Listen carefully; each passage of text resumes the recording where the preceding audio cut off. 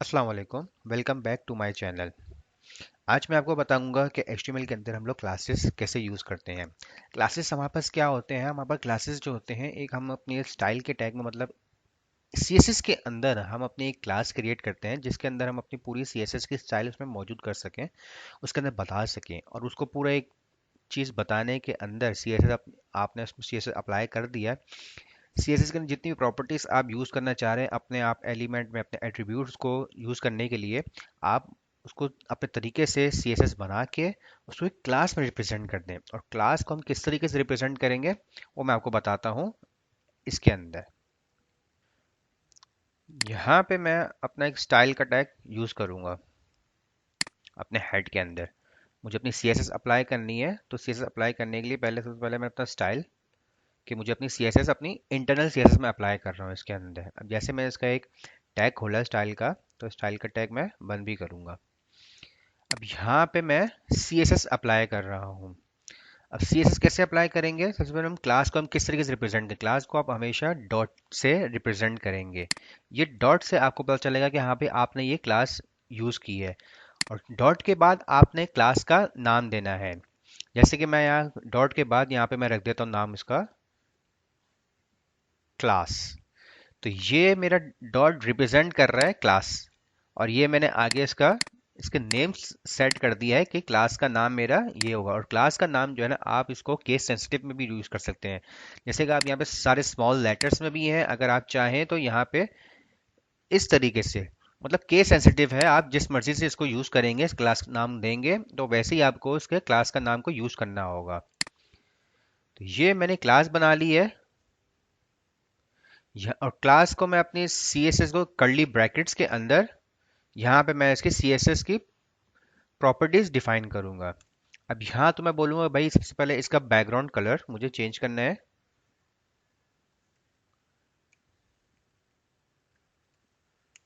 Background dash colour, मुझे background colour रखना है इसका ब्लैक।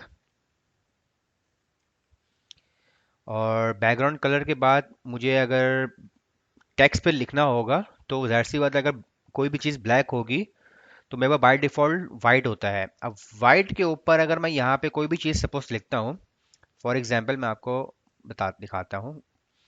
अब जैसे कि मैंने यहाँ पे ये लिखा हुआ है, यहाँ पे मैं H2 करके एक अपना एक टैग बना रहा हूँ, उसको यहाँ पे क्लोज कर देता हूँ। यहाँ पे मैं लिखता हूँ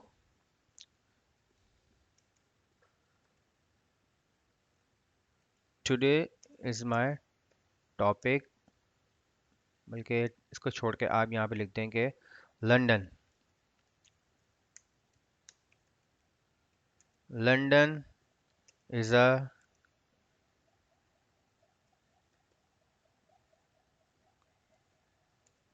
ब्यूटीफुल कंट्री।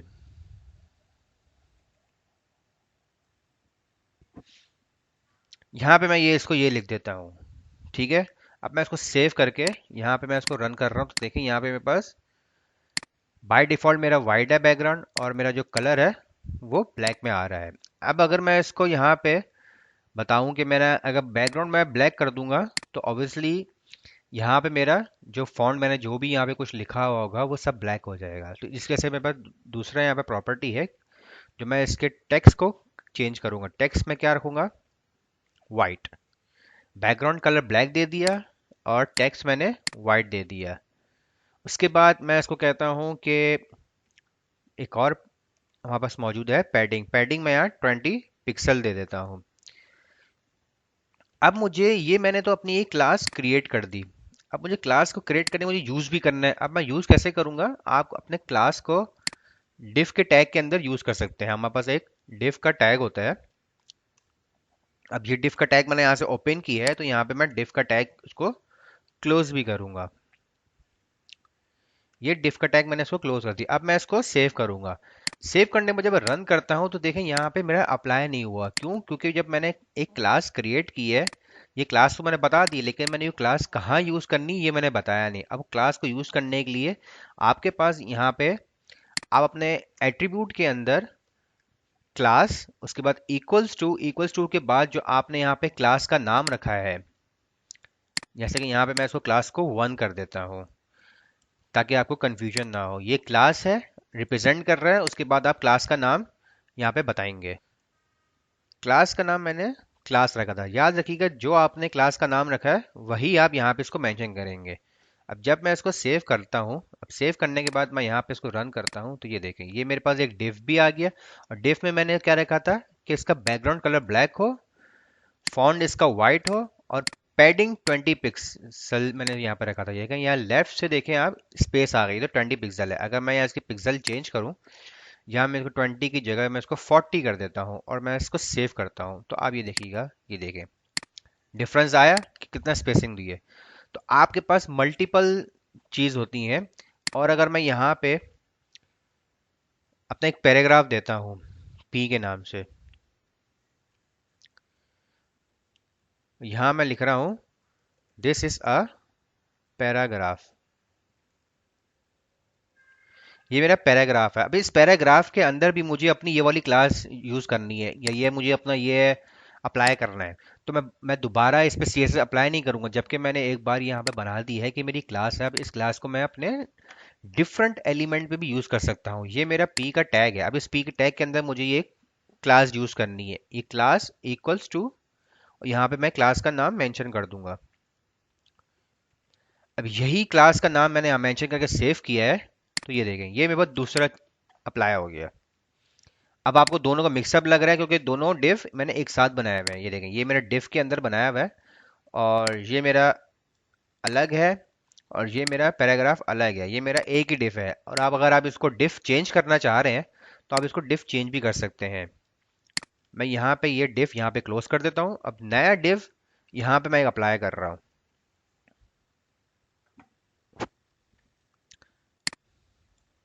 यहाँ से मैं इसको रिमूव करके यहाँ पे मैं इसको बता देता हूँ कि मेरा एक अलग डिव है।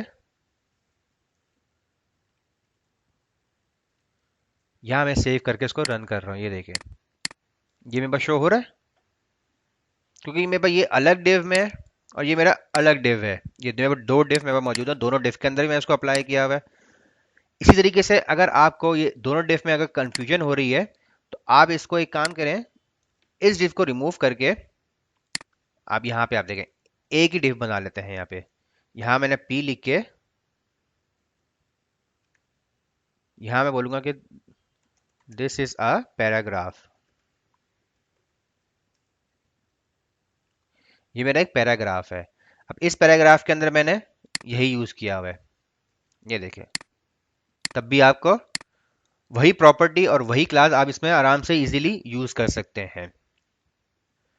आप इसको डिफ के टैग के अंदर भी, अगर आपको डिफ का टैग नहीं बनाना और अगर आपको स्पेसिफिक एलिमेंट में यूज करना है तो आप स्पेसिफिक एलिमेंट में भी इसको यूज कर सकते हैं। ये देखें यहाँ पे मैंने इसको रिफ्रेश किया तो ये देखें यहाँ पे मेरे पास कोई अप्लाई नहीं हुआ। अगर मैं यहाँ पे चाहूँ, यहाँ मैं बता दूँ उसको कि क्लास मैं यूज कर रहा हूँ डबल एस क्लास 1। अब यही क्लास 1 मैं H1 में मैंने यूज किया था अपने टैग के अंदर, अब मैं यही क्लास अपने पैराग्राफ में भी यूज कर रहा हूँ। तो ये देखें दोनों के अंदर भी आप अप्लाई कर सकते हैं। आपको अगर एक डिफ बना रहे हैं तो डिफ मैं आपको इंशाल्लाह नेक्स्ट क्लास में आपको बताऊंगा कि डिफ क्या होते हैं। तो डिफ के बारे में भी हम पढ़ेंगे। अगर आप डिफ बेसिकली हम अपने लेआउट को डिज़ाइन करने के लिए बनाते हैं ताकि हम एक स्टैंडर्ड वे में उसको लेकर आ जाएं। तो इसी तरीके से हम क्लास भी इसी तरीके से बनाते हैं ताकि हम अपने कोड को स्टैंडर्ड बना दें। और हमारे पास क्लास मौजूद होती है और आईडी मौजूद होती है। जो आज मैं आपको इसमें क्लास बता रहा हूँ, नेक्स्ट वीडियो में इंशाल्लाह मैं आपको आईडी के बारे में भी बताऊंगा। तो इसके अंदर हम अपनी मल्टीपल क्लास भी यूज कर सकते हैं। अब वो किस तरीके यूज करेंगे, जैसे कि मैंने यहाँ पे एक अपनी क्लास बनाई है, इसी तरीके से यहाँ पे मैं एक और क्लास क्रिएट कर लेता हूँ। अब मैंने यहाँ पे डॉट रख के क्लास का नाम रखता हूँ सेकंड। अब सेकंड के अंदर मैं अपने इस क्लास में ये प्रॉपर्टी ये डिफाइन करूंगा कि मेरे पास जो टेक्स्ट है, इस जो मेरे पास जो H1 का जो टेक्स्ट है, ये H2 का, ठीक है, मुझे इस टेक्स्ट को सेंटर में लेकर आना है। तो मैं अपने मल्टीपल क्लासेस को किस तरीके यूज कर सकता हूँ, जैसे कि एक क्लास मैंने ये बनाई और दूसरी क्लास मैंने यहाँ पे एक और क्रिएट कर दी सेकंड के नाम से। मैं यहाँ पे इसको अपनी एक प्रॉपर्टी डिफाइन कर रहा हूं कि अलाइन इक्वल्स टू सेंटर। यहां पे मैंने इसको बता दिया कि ये मेरी एक प्रॉपर्टी है। सॉरी, ये इनलाइन है बल्कि एक्सटर्नल है।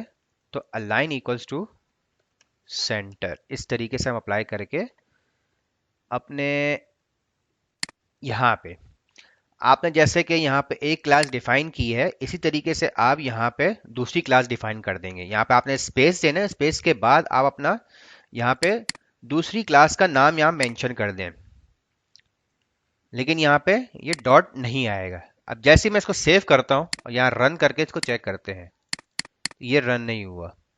अब आप इसमें देखिए, इसमें आपको क्या मिस्टेक हुई है, ये कि हम इसको टेक्स्ट अलाइन कर रहे हैं।